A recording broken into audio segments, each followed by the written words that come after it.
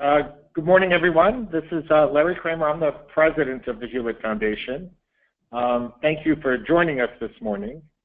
The Performing Arts team will have more to say about the initiative in a minute. I just wanted to take a moment at the beginning to welcome you all and to tell you how excited I am, and our board is, and we all are, to be launching the Hewlett 50 Arts Commissions. And I also just wanted to give you a couple things about the background and how this came about. So this year we celebrated, this last year actually, 2016, we celebrated the 50th anniversary of the foundation. And we wanted to find some ways to mark that event that were useful and beneficial to the community outside, that were not so much about self-celebration as about continuing to promote the goals of the foundation, but that weren't just replicas of what we were already doing. And one of the ideas, which is embodied in this initiative, was to commission 50 works of art. One, I suppose, in recognition of each year. The choice was in some ways an easy one for us to make. Bill and Flora Hewlett cared a lot about the arts. They saw it as central to the mission of the foundation, which broadly speaking is to better humankind, and that would include arts as an important component. It's an important component in people's lives. It's a way to enrich the lives of individuals and communities. It's a way to provoke new thinking on problems. It's a way to strengthen communities. And in all those different ways, the arts have always been central to the foundation's mission. The current staff and the board still share all those beliefs and goals about the importance of arts, and so this seemed like a highly appropriate way in which to acknowledge and mark the 50th anniversary. With that, let me turn it over to John McGurk, who will talk to you a little bit more about the actual initiative. Thank you, Larry. Before we jump into describing the initiative, I wanted to make it clear that we're saving most of our time during this webinar to answer your questions. You can ask questions by using the text box on your screen, and we'll try to answer them later in the webinar. As Larry mentioned, Hewlett Foundation has been supporting the arts in the San Francisco Bay Area for 50 years.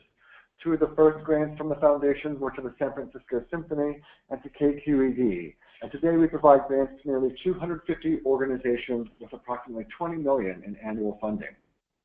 In celebration of the foundation's 50th anniversary, this new $8 million 5-year commissioning initiative is something different, and we're very excited about it. It's a complement to our ongoing grant making to provide support for Bay Area organizations to work with world-class artists on the development and premiere of new works of exceptional quality and enduring value. Our goals for the program are ensuring Bay Area audiences continue to have access to world-class art and the creation of 50 new works of performing arts that will go on to challenge and inspire people in local communities and around the world. To give a brief overview of the Hewlett 50 Arts Commission Initiative, over the next 5 years, Hewlett Foundation will award 50 grants ranging in size from $100,000 to $200,000 each, with an average grant size of $150,000. Grants will be awarded to nonprofit organizations based in the greater San Francisco Bay Area to commission world-class artists to create a new work of performing arts. Nonprofit organizations do not need to be arts producers and presenters to apply, and we encourage nonprofits working on diverse issues to apply and those that serve disadvantaged or historically marginalized communities to apply. The new works must be premiered in the Bay Area within 3 years of receiving the grant, and we will award 10 grants per year clustered by artistic discipline. In 2017, the first artistic discipline is music. This includes, but is not limited to, a wide variety of genres and aesthetics, including chamber, choral, vocal, contemporary, folk, jazz, musical scores, opera, sound art, symphonic, and traditional music practices from around the world. In 2018, we turned to theater, spoken word, and musical theater. In 2019, we will focus on dance and multidisciplinary performance art. 2020, we will focus on folk and traditional performing arts. And in our final year, 2021, we will support film and media projects. We recognize that these discipline designations are imperfect and that many artists and organizations work across multiple disciplines. We encourage nonprofits to apply in the year and the discipline most closely aligned with the proposed project. Let me turn now to my colleague, Alexa. Good morning. This is Alexa Hall speaking. I'm the Program Fellow for the Performing Arts, and I'm going to talk with you a little bit about the eligibility to apply for the initiative, as well as the two-step application process. First, to be eligible to apply for funding, the lead applicant must be a nonprofit organization located within one of these 11 counties surrounding the San Francisco Bay. The initiative does not fund individuals directly. The lead applicant is responsible for identifying the artist to commission, as well as any other collaborating partners. The lead applicant must be a nonprofit organization with 501c3 federal tax status. The lead applicant must have an annual operating budget of $100,000 or more for 3 consecutive years. Multiple organizations may collaborate with each other on a project, but must choose a lead applicant. A group without 501c3 tax status can use their fiscal sponsor as the lead applicant.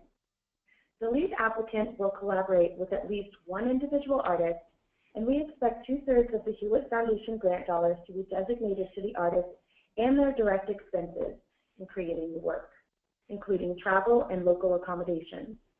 If the lead applicant would like to commission an ensemble or collective, it must still choose a lead artist. Grants for the 2017 pool will be awarded to projects with a music composer in a variety of genres and aesthetics. Projects must premiere in the Bay Area between January 1st, 2018 and December 31st, 2020. A lead applicant and lead artist can only submit one application per year. Fiscal sponsors may apply with multiple projects in a single year. If a lead applicant or lead artist have been awarded, they will be ineligible to apply in the future. And finally, projects currently receiving Verboti Special Awards or Creative Work Fund grants are ineligible to apply. We have a two-step application process. The first step is a brief letter of inquiry open to all Bay Area nonprofits. The second step is a full proposal, which will invite the 20 most competitive applicants to develop. Here's our timeline. The lead applicant completes an online letter of inquiry by the deadline of April 14th. We have selected an outside panel of experts in music to review the LOIs, and they will remain anonymous during the selection process. This expert panel will carefully review the letters of inquiry, and the Hewlett Foundation will provide responses to all applicants in June. The 20 most competitive LOIs selected by the expert panel will be invited to develop full proposals by the deadline of August 14th. Full proposals will be reviewed by the Hewlett Foundation staff using our selection criteria, and the grant recipients will be announced in November. To be clear, the LOI portion of the application process in green here is open to everyone who meets our eligibility requirements. The second full proposal stage, shown here in red, is by invitation only. In following years, we will repeat this review cycle for the remaining disciplines.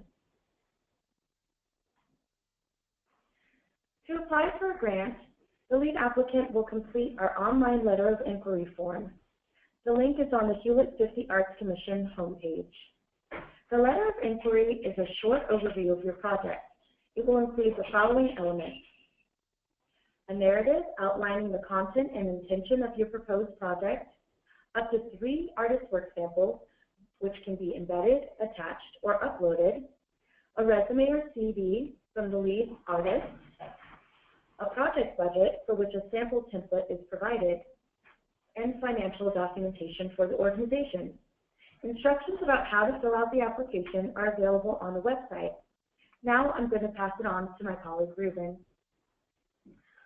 Hello, my name is Ruben Rokeni, and I'm a program officer in the Performing Arts program. We're really thrilled about this new initiative. We think the Hewlett 50 Arts Commissions provides an incredible opportunity for nonprofit organizations to collaborate with world-class artists to develop new works of performing arts of the highest artistic quality and enduring value. I'm going to share a little bit about the selection criteria we'll use for determining which projects to support. But keep in mind these criteria and everything we've described today are on the website. We'll be using 4 criteria: artistic excellence, community engagement, collaboration and leadership, and lastly, financial capacity. First off, artistic excellence is the primary criterion we'll be using in our decision making. We're seeking projects that create exciting new works of performing arts of the highest quality to share with audiences across the San Francisco Bay Area and beyond. We encourage organizations to commission artists whose work is compelling, significant, and of enduring value. Those organizations can work with artists from around the world at any stage of their career, from emerging artists to those well established in their careers. We're looking for projects in a variety of musical genres that mirror the diversity of the Bay Area, from the traditional to the experimental. We must say that we recognize that artistic excellence is demonstrated in different ways, in different genres, in different communities, and in different cultures. For these commissions, artistic excellence will be judged based on technical mastery, originality, innovation, inspiration, and the distinctive niche of the commissioned artists and organizations is indicated by the work samples provided. Applicants will be asked to describe the work style, format, themes, and the process of creation. We're also asking that applicants describe how the project supports its mission and why the organization is interested in working with the artist. The second criterion we are using in our decision making is community engagement. We're seeking projects that make a deep impact on the communities the organization serves, projects that highlight the genuine engagement activities that create a connection within the community. Community engagement takes many forms and involves different activities.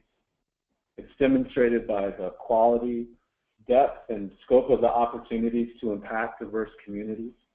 Applicants will also be asked to tell us who your intended audiences are and how they will be engaged in the work. We ask that applicants also describe the venues for the premiere, the factors that will contribute to accessibility, the venues for the premiere, and the potential for touring or additional performances. Our third criterion is collaboration and leadership. We encourage collaboration for these projects, and we believe competent leadership and planning are essential for success. The most competitive applicants will have strong leadership and a clear plan for collaboration, both between the artist and the organization, and also potentially among additional nonprofit partners. Collaboration and leadership are demonstrated by clearly defined descriptions of how the organizations and the artists will work together in the creation of the commissioned work. Applicants will be asked to describe the roles and responsibilities of the artistic and organizational leadership, the contributions of any collaborators, and provide a timeline for the project. And then lastly, the last criterion is financial capacity. We believe an organization must have healthy financial capacity to achieve the goals of the project. Financial capacity is demonstrated by the fiscal health of the lead organization and the viability of the project budget. Applicants will provide financial statements, including a balance sheet and an income statement, as well as a brief project budget. Our goal is to attract the best artists in their respective fields. So we would typically expect projects to designate 2/3 of the grant funds to the artists and their direct expenses in creating the work, including travel and accommodations. However, we also recognize the nonprofit organization's costs of mounting a performance, so its share of the grant funds may vary depending on the discipline. But In no event should the artist fee be less than $50,000. We're evaluating applicants' financial capacity not by budget size. While we do have a minimum budget of $100,000 for a lead applicant, we encourage applications from any organization that meets that requirement. So with that, I'll turn it back to John. Thanks, Ruben. So very quickly today, we've covered Hewlett Foundation's long-term commitment to the arts and why we designed this 50 Arts Commissions initiative. We gave an overview of the initiative, and Alexa reviewed the eligibility requirements as well as our two-step application process. And finally, Ruben covered our selection criteria to determine which projects are most competitive. Now I'd like to turn to you to address some of the questions you have. A reminder that you can share a question with us by typing into the text box on your screen. Our first question comes from our friends at Festival Opera.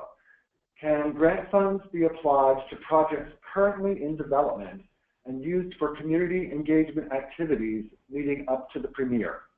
Alexa, can you help? Yes.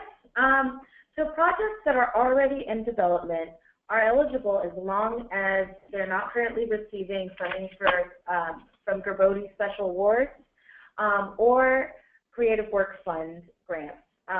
So if your organization has received those in the past, and this is for a new project that's currently in development that isn't receiving funds from either of these sources, then it's totally fine for you to apply if you also meet our other eligibility requirements. And it seems like the question is about something that hasn't premiered yet, so just bear in mind that the world premiere must occur in the Bay Area between January 1st, 2018 and December 31st, 2020. Thanks, Alexa. Our next question, do grantees have to have a profile in data arts cultural data project to apply? Ruben. They're not required for the LOI, but applicants will provide financial statements, again, the balance sheet, an income statement, and a brief project budget. Great. Our third question comes from Paul Drescher. If a project is musically centered but involves collaborators in other disciplines, to what extent are other collaborators part of the evaluation process? And we have a second question that's similar to that. When a dance company is seeking to commission a new musical work, are they eligible to apply? Alexa? So I'm actually going to address the second question first. So a dance company is absolutely eligible to apply, again, if they meet the rest of our eligibility requirements for this year in composing a new musical work. As far as the collaboration piece, the evaluation of that would be part of the agreement between the organization and the artist that you're choosing to collaborate with. And it would have to be evident to us in the application, and there are various ways of demonstrating that, that the music collaborator is the main part of the project that you're applying for this year. There are other genres in each year, and again, if you win an award this year, you will be ineligible to apply in future years. So it's really important to look through the genres and figure out what's right for you to apply for in which year. Thanks, Alexa. We have another question about the commissioning fee and the percentage of the budget that should go to the artist. So let me have Ruben explain that once again. I'll repeat this piece. So we typically expect the projects to designate 2/3 of the grant funds to the artists and their direct expenses in creating the work. That includes the travel and accommodations. But we also understand that a nonprofit organization's costs of mounting the performance.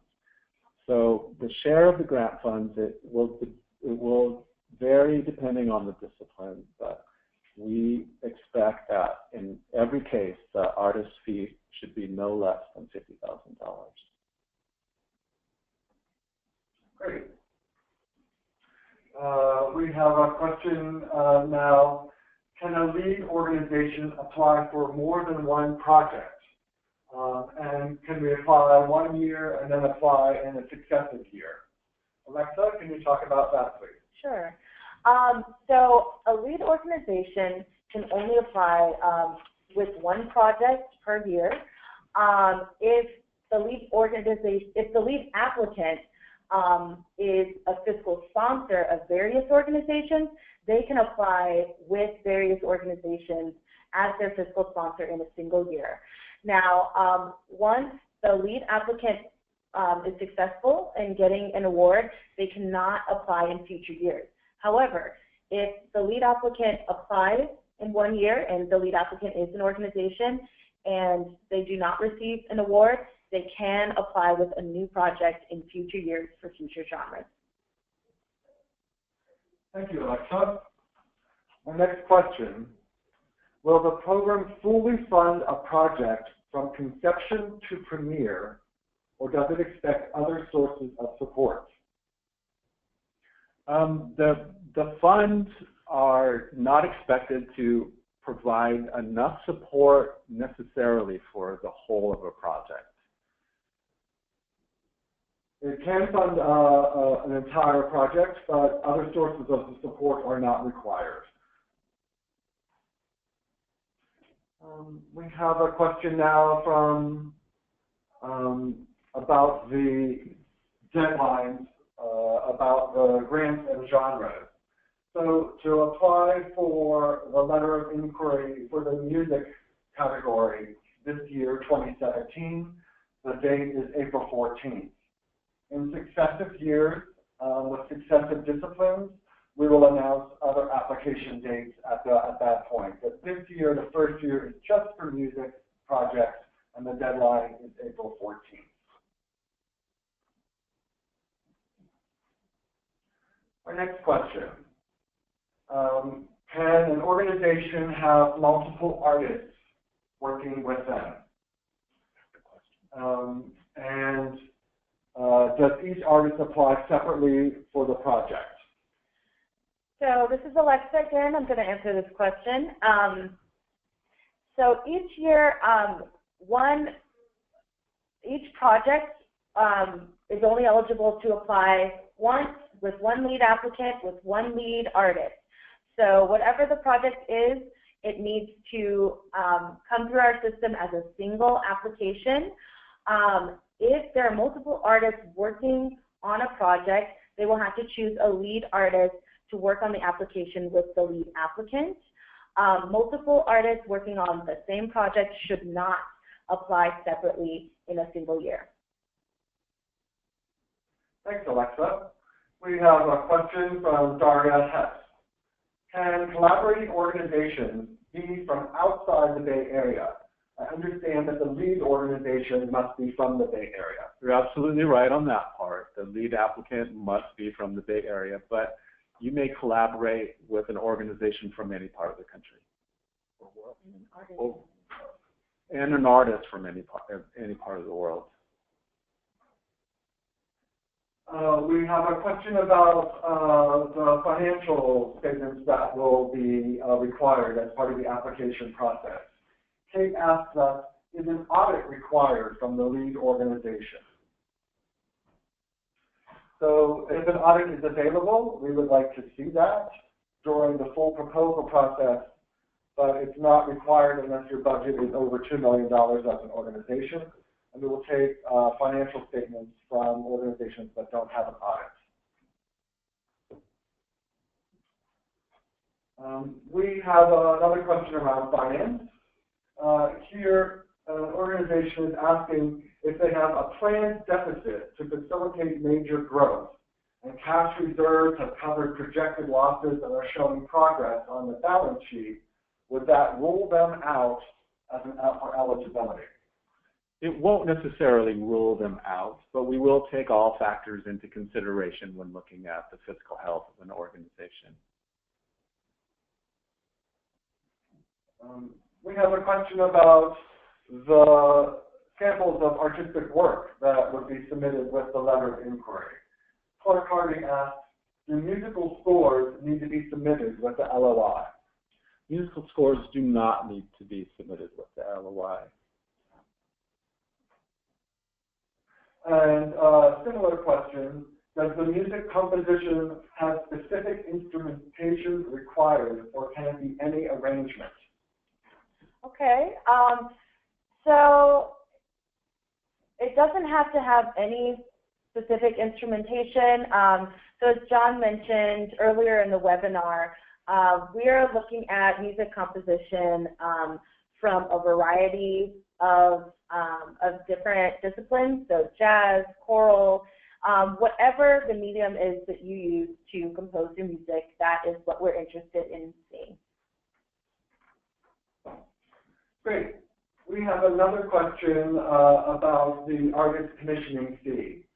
So does the 2/3 of the grant for artist fee and direct expenses mean that it can go just to the lead artist or towards all the artists engaged in the project? For instance, a musical theater work involving a playwright, a composer, a choreographer, and a director. Can the 2/3 be divided between all 4 of these artists, or must it be solely devoted to the lead artist? Not necessarily, but you must have a lead artist for the project, and that will be who the organization is working directly with. After that, the decision or the contract that you form with that lead artist, it's entirely dependent. It's entirely up to you about how you want that money to be distributed. Thank you. But I want to reiterate that for this year, the project has to be rooted, the project that you're applying for has to be rooted in music, even if it's a score for theater or for dance.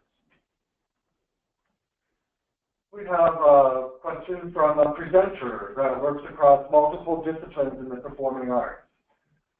She is asking, will there be more description of the other genres in future years? And is there a preference for local Bay Area artists to be premiered? So again, I'm going to answer the second part of that question first. There is not necessarily a preference for Bay Area artists to be premiered. However, the thought behind these awards is that they're celebrating the arts that are present in the Bay Area. And again, the nonprofits don't have to be an arts organization, but we're really looking at the impact the arts can have in the Bay Area. But it won't give you preference if you have an artist from the Bay Area or international. That's completely up to you, as long as the organization is based in the Bay Area. And as far as the descriptions of genres for future years, we did leave the areas broad because we want people to be able to apply in whatever year they feel is most applicable to the work that they're wanting to present, which is also why you can have collaborators if you're working in multiple genres. We have another question. How formal should the agreement with the artist be at the time we submit the LOI in April? Let me answer that question. The LOI is intended to be a brief overview of your concept, as well as a description of the artist that you want to work with. But there does not need to be a formal agreement for the letter of inquiry. After the full proposals have been invited by the 20 most competitive applicants, we'll ask for more formalized paperwork around how you will work with the artist and what the contract could potentially look like. Next question. What is the deadline for theater projects? Are they submitted this year? So the answer to that question is no. Theater projects will be a separate application process similar to this year, and the dates for that will be announced next year. Thanks, Alexa. Andrew Berger asks, are performances limited to fully professional organizations? There is no limitation on that. We're accepting LOIs from any nonprofit, from any sector, and you don't have to be an arts presenter or producer in order to apply or be considered for the award. There's a question regarding the timeline for future years. Does Hewlett expect the deadlines to be within the same months as this year? Maybe not the same dates in April, June, August, and November, but sometime within those months. Approximately. However, each year there are different restraints around the calendar, but we will have the same process every year, and we will be transparent about what the dates are towards the beginning of the year. So you'll have ample time to prepare. We have a really important question here that I'm sure will cross many of you. Kevin Walsh is asking, are you available to talk with us individually about our project before we submit an LOI? Ruben, can you help with that? Oh, of course. We're expecting a lot of inquiries about this project, a lot of LOIs, and so we're not going to be able to answer everybody's questions individually, but what we can do is direct you to our frequently asked questions page on the website. And if you have any other questions, if they have to do with the process or with the application system or the online system, those also have answers within the FAQ. Thanks, Ruben. Our next question: would public art, such as sculptures and site-specific installations or murals, be considered under traditional arts? Alexa? So these Hewlett 50 Arts Commissions are specifically for works in the performing arts. So if, the installation is part of a project that is centered around a performance, perhaps the performance could be funded, but not the public art work itself. Thank you. San Francisco Choral Society asks, if we have worked previously with a lead artist, may we use a recording of our past performance with that artist for our work sample? The simple answer to that question is yes, of course. Another organization says that they are a children's vocal group and that they will partner with circus artists, but wanted to make sure that children's choirs are eligible to apply. We had a similar question from a youth orchestra as well. There's no expectation that the artists be adults. We'll look at proposals from youth organizations or of any age, birth to 18 years old, and beyond. Yeah, and beyond. And we're also looking for artists working at all career stages, whether that's early career, mid-career, or well-established. A question from Drew Boxman. In the review process, is a preference given to international artists rather than a U.S.-based or local artist? There's no preference either to Bay Area artists or to national artists or to international artists. Our friends at the San Francisco Opera are asking, regarding the work samples, are there time limits for each audio and video upload or a maximum time limit? There is not a time limit. I don't believe in the system. And again, as you mentioned, it can be uploaded or embedded, or you can just put a link. But I will say that if it is over a certain amount of time, I would say maybe like 5 minutes, you might want to put a note, and there's an area to put a note as to where to start looking at the recording, because the panelists will not be able to review hour-long samples of work. Thanks, Alexa. Jessica Felix asks, I heard you say the commission has to be relevant to the Bay Area. What does that mean? I think that's a really good question. So let me try to answer it first, and I'll ask my colleagues to join in. We recognize that the Bay Area is very diverse and that the cultural needs and cultural tastes of our communities are very different. And so we're looking for projects that are relevant to the diverse communities of the Bay Area. Ruben or Alexa, would you like to add anything else to the question? So we're really looking for anything that enriches what the arts ecology sort of looks like in the Bay Area. We have a lot of performing arts here. As you know, Hewlett has been supporting the performing arts in all 11 counties since our inception. And so we're really looking for things that will engage Bay Area communities, whether it's youth, whether it's a faith community, or anything else that will really engage communities that are already present here in the Bay Area. I would add too that that issues are oftentimes universal, and so even though they might, in this project, directly affect Bay Area communities, they are often relevant to the national and international communities. Thank you. That was a good question. We have a question from Michael Stalker. Continuing with the fiscal sponsorship question, our local budget has averaged around $100,000 per year, sometimes $90,000, sometimes $105,000 over the past 5 to 6 years. Our fiscal sponsor has a budget of $6 million. Would this financial profile be suitable for eligibility? Ruben? Again, the simple answer to that question is yes. The $100,000 is the threshold. It sounds like you're hovering around that, so that's acceptable. And likewise, your fiscal sponsor's budget around $6 million is definitely eligible. So the decision would be up to you about how you want to apply. It sounds like you could apply individually as the lead applicant, but the choice is yours about whether you want to use a fiscal sponsor.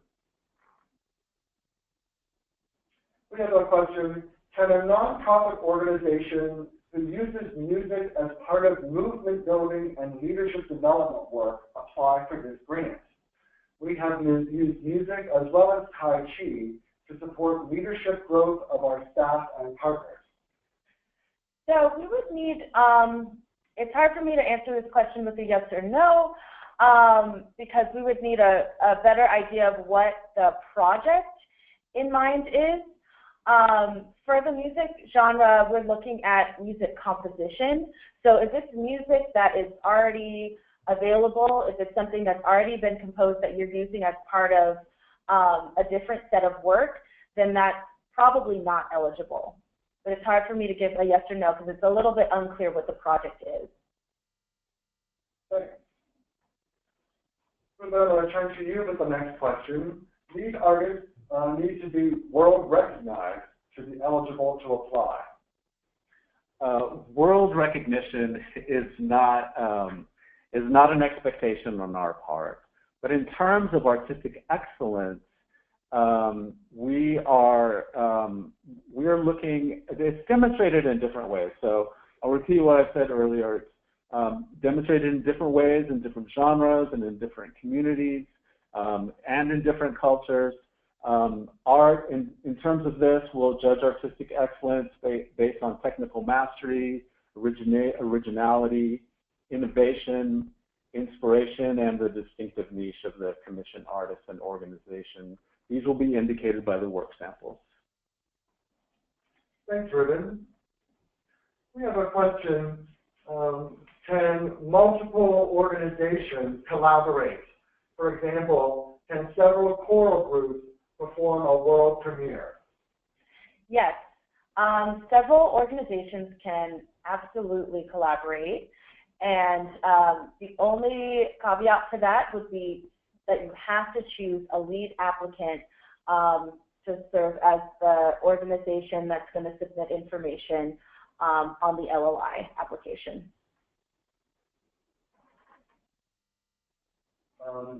There is a question, can international nonprofits apply for the grant?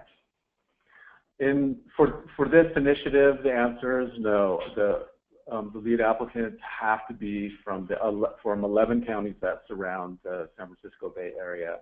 You can see a list of those counties on the website.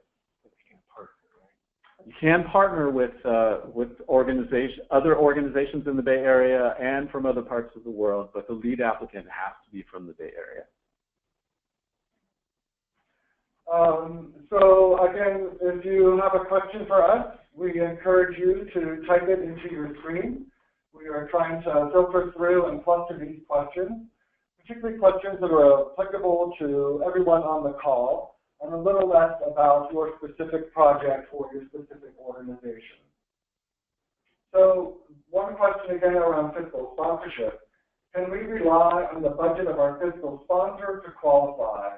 Or does our budget need to be $100,000 over the past 3 years?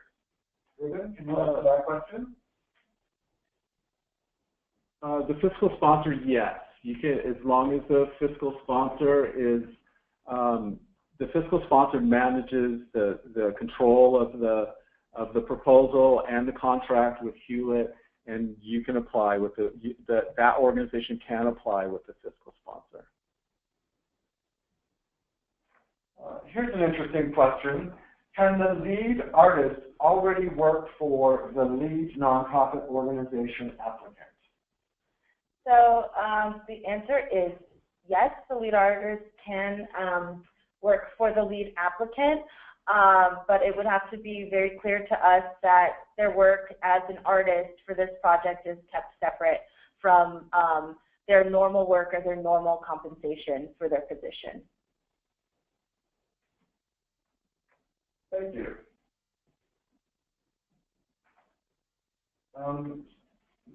Question about if the lead applicant is a university, are they allowed to submit multiple project applications with different artists as a fiscal sponsor would? In this case, we are asking universities to serve as fiscal sponsors for projects or colleges within the school, and that they may submit multiple applications. When the university goes on to our online process and system, you'll need to register as a fiscal sponsor in order to submit multiple applications.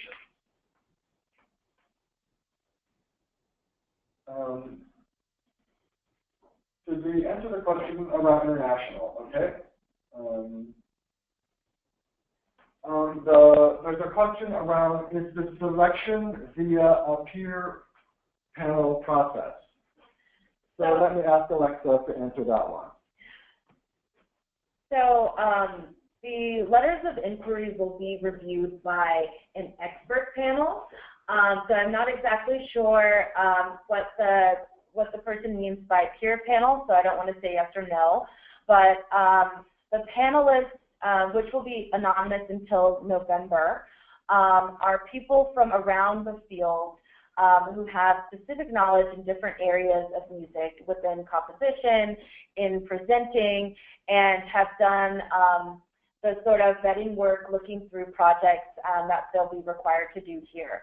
So some of them have experience as artists as well, but they all have really deep knowledge about music in different areas of the genre.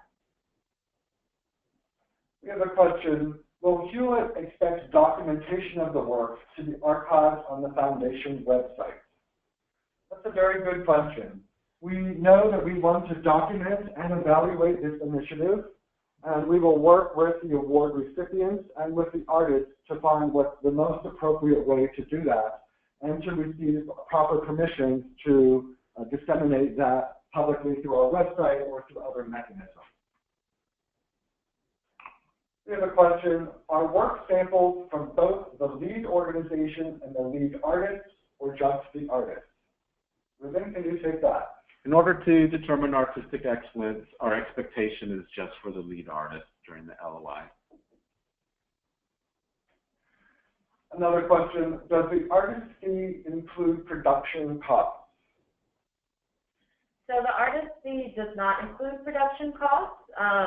The artist fee should be for things that the artist needs during the production, but the production cost is the responsibility of the lead applicant or the organization that's going to be presenting the premiere of the work. Mark Hernandez asks, are there general guidelines regarding the length of the work or the number of performers that it may require? There are no expectations regarding the length of the work or the number of performers. That we will ask that the lead organization commission one lead artist, even if the artist is working in a collective or a group, but there's no expectation of the number of performers. We had a question about engaging with disadvantaged communities, but it's not very clear. So I'll just mention that we recognize that there are diverse communities, both identity-based and geographic, throughout the Bay Area. And we are hoping that these commissions will spread and represent across the 11 counties geographically, as well as the different cultural communities that are within our community. So there's a question from a filmmaker, and they're asking, could we premiere our film at a major festival, not likely in the Bay Area? And could the premiere be defined as a major community event celebrating the film? I'm going to turn to Alexa for that. Yes. So the last year we will be awarding in film and media, and so that wouldn't be an application for this year.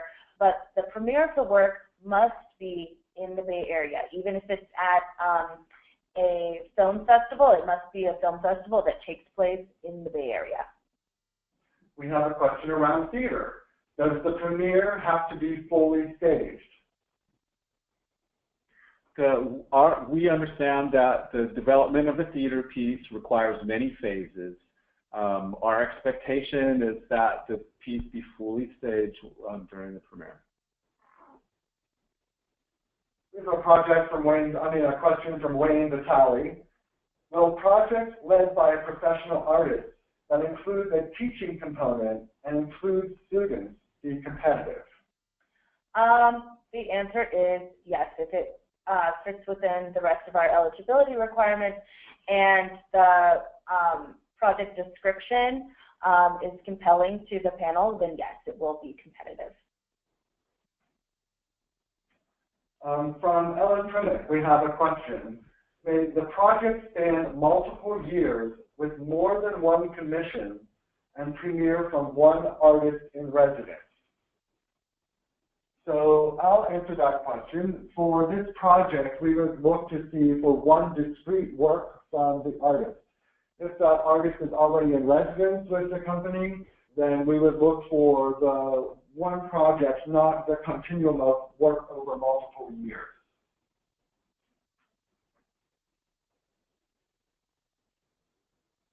The next question, how much of the commissioned work needs to be part of the full performance? So I'm assuming the question here is you're going to premiere the world premiere in the Bay Area of the completed work, but other pieces can be on the same program with the premiere. In other words, it doesn't have to be a program that's just the premiere. If you're, for example, a symphony orchestra, you may want to do Beethoven in the first half, and in the second half have the premiere of this new work, or multiple pieces on a program, and that's entirely fine. The question around working with disadvantaged audiences is, are you encouraging free concerts or something free? Ruben, let me turn to you and we can add to that.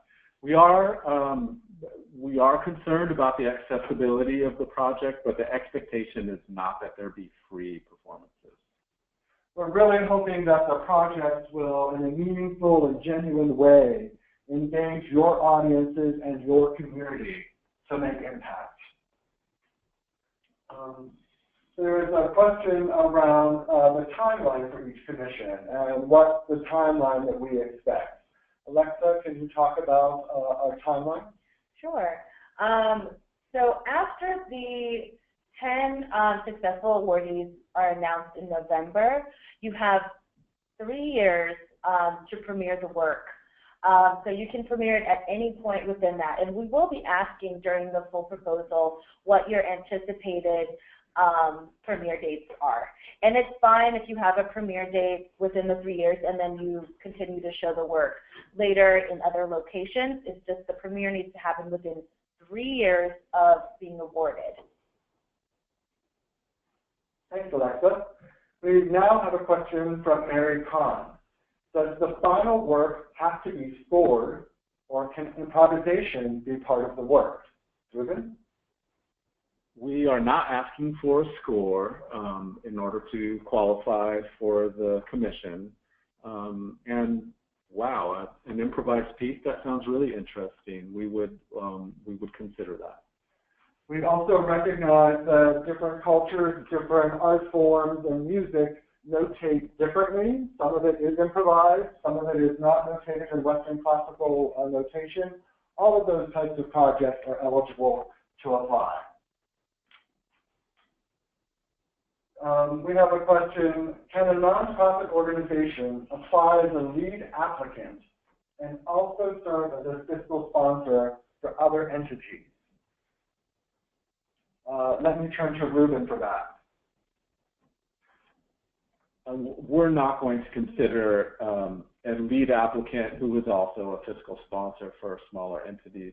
If you're a lead applicant, you're a lead applicant. You can't be a fiscal sponsor. So it would basically be one application per organization.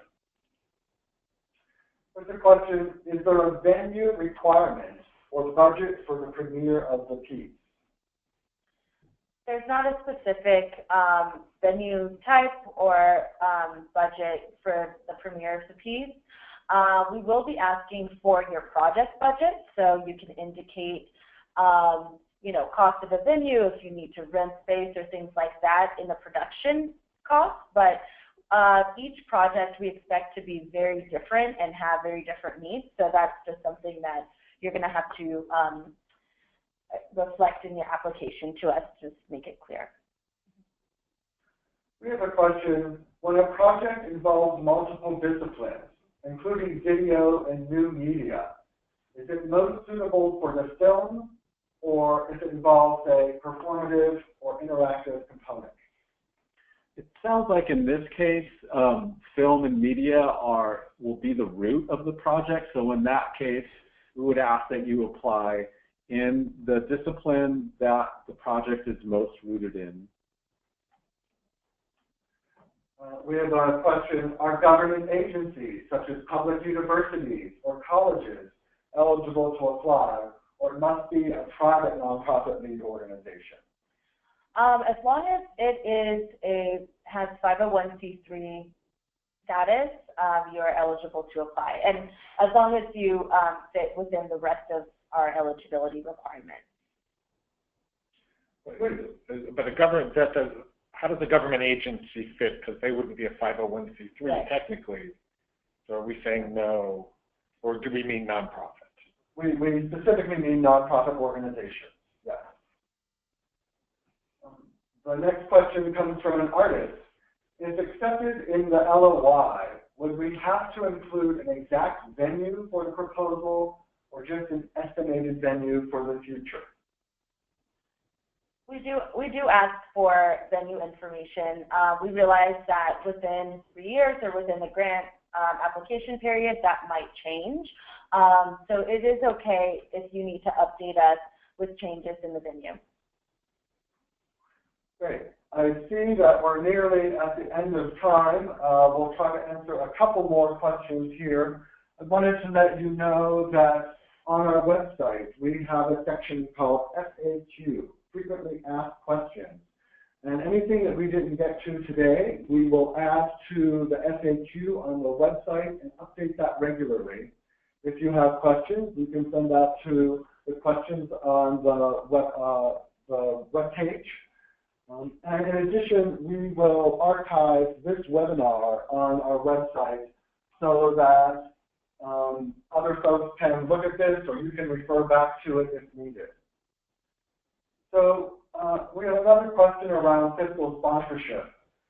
Will the length of relationship between the fiscal sponsor and organization be considered? Or would a new relationship be considered a liability? In other words, if this is the first time that you've worked with this fiscal sponsor, is that a disadvantage? So it is not a disadvantage if it's a new relationship with a fiscal sponsor. However, we will be looking at the viability of the project. So it is very important to consider in your collaborating relationships, both with the artist and the organization and your fiscal sponsor, that all of those are appropriate and there is some demonstration of the ability of each partner to put on the project that you're proposing. And our last question, I think, is a really good one for everybody. Is grant size limited to an organization's operating budget? For example, is there any chance an organization with a $250,000 operating budget would get a $200,000 grant if they want to undertake an ambitious and large project? And we say, yes, we're really encouraging folks to think big with these projects, to stretch your organization, to work with partners and other organizations and world-class artists to create work that's really meaningful to you and to your organization. So as long as you meet the $100,000 budget threshold for eligibility, we encourage you to think big and to propose some really fantastic projects. We expect that this will be a really competitive process, but we want to encourage all folks to apply and submit your best ideas for our expert panel from across the U.S. to review later this year. So in closing, let me thank you so much for all of your participation today. Again, if you have questions, please refer to our website, to our frequently asked questions, and to the archive of this webinar. Thank you and have a good day.